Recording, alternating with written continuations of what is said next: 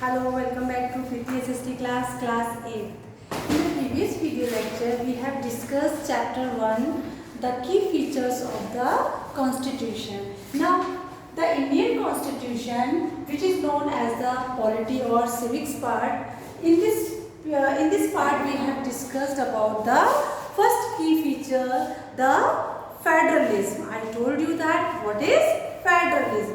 Federalism या संघवाद क्या होता है, हम लोग प्रीवियस वीडियो लेक्चर में डिस्कस कर चुके हैं कि किस प्रकार से the government which have more than one और two level is called federalism, जिसके दो से ज़्यादा या एक से ज़्यादा लेवल होते हैं गवर्नमेंट के, वो क्या कहलाता है, फेडरलिज्म या संघवाद कहलाता है।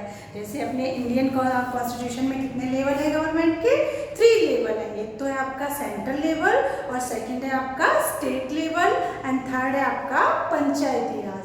तो this things we have already discuss. Today we will discuss about the separation of power, कि किस प्रकार से जो पावर है उसको सेपरेट कर दिया गया है, उसका डिस्ट्रीब्यूशन कर दिया गया है। The next topic that we will discuss is fundamental right that are provided by the constitution. हम लोग इसके जो मूलभूत अधिकार हमें दिए गए हैं नागरिकों को, उसके बारे में डिस्कस करेंगे। And next and last we will discuss is secularism. What is secularism? धर्मनिरपेक्षता क्या होती है? भारत एक कैसा कंट्री है? It is a secular country. So we will discuss these 3 topics in detail and maybe possible that today we will finish this chapter.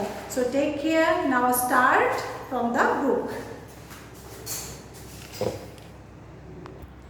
Yes, in the previous video lecture and before the heading separation of power, it is a third key feature of the Indian constitution.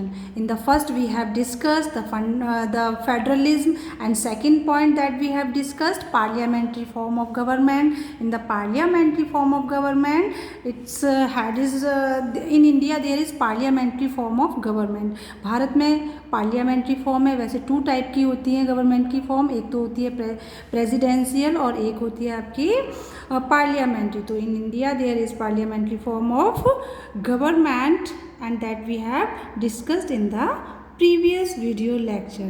Now in this topic we will discuss the separation of power. According to the Constitution there are 3 organs of government. Constitution के अनुसार, संविधान के अनुसार जो सरकार है उसके 3 भाग होते हैं, 3 organs होते हैं। तो क्वेश्चन में भी ask that how many organs of government are in India? तो 3 organs, नेम हम उनके डिस्कस करेंगे। These are the legislature, the executive and the judiciary. अब इनको ये मोस्ट इम्पॉर्टेंट है, आपको लर्न रखने हैं, और इनका मतलब क्या होता है, ये कैसे काम करते हैं, ये भी हम डिस्कस करेंगे।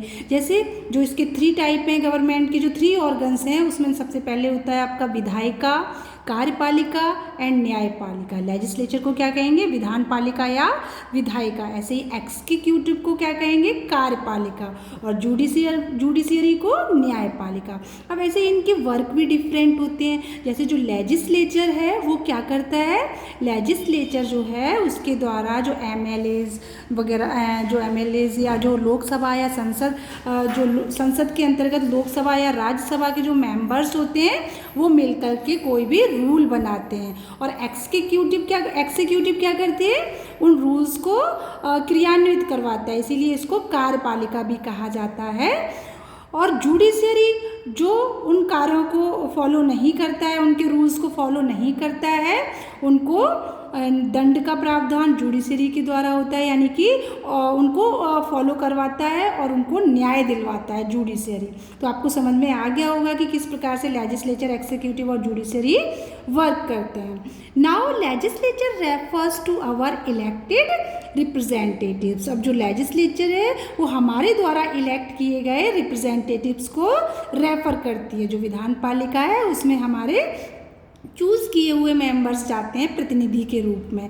The executive is a smaller group of people who are responsible for implementing laws and running the government. जो एग्जीक्यूटिव है, कार्यपालिका है, वो लोगों का एक छोटा ग्रुप है जिसमें जो सारे मेंबर, जो उसके मेंबर्स होते हैं, वो किसी भी लॉ को इम्प्लीमेंट करवाने के लिए रेस्पॉन्सिबल होते हैं, जिससे कि जो गवर्नमेंट है वो सही से रन कर सके, सही से चल सके। The judiciary of which you will read more in unit 3 of this book refers to the system of courts in this country। आप लोग अभी आगे यूनिट 3 में इसके बारे में डिटेल में डिस्कस करेंगे, जुडिशरी के बारे में, जिसमें बताया गया है कि सिस्टम ऑफ कोर्ट क्या होता है, हमारे देश का जो सिस्टम ऑफ कोर्ट है वो कैसा है। These things we will discuss in unit 3। In order to prevent misuse of power by any one branch of government, the constitution says that each of these organs should exercise different powers।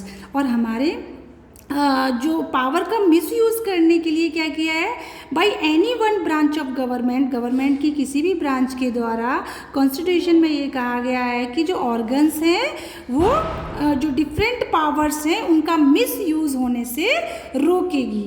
तो I hope you understood that constitution के द्वारा power का misuse होने से रुकता है।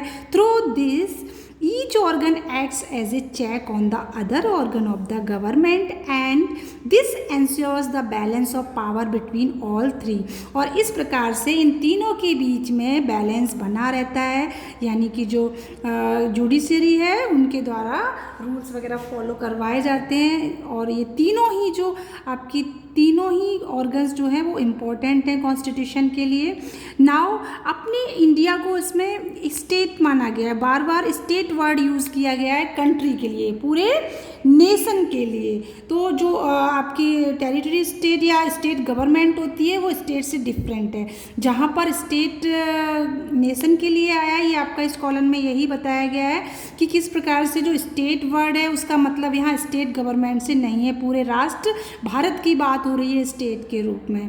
ये यहाँ बताया गया है कि किस प्रकार से गवर्नमेंट रेस्पॉन्सिबल होती है। जो एडमिनिस्ट्रेटिंग एनफोर्सिंग लॉज होते हैं उनमें गवर्नमेंट रेस्पॉन्सिबल होती है।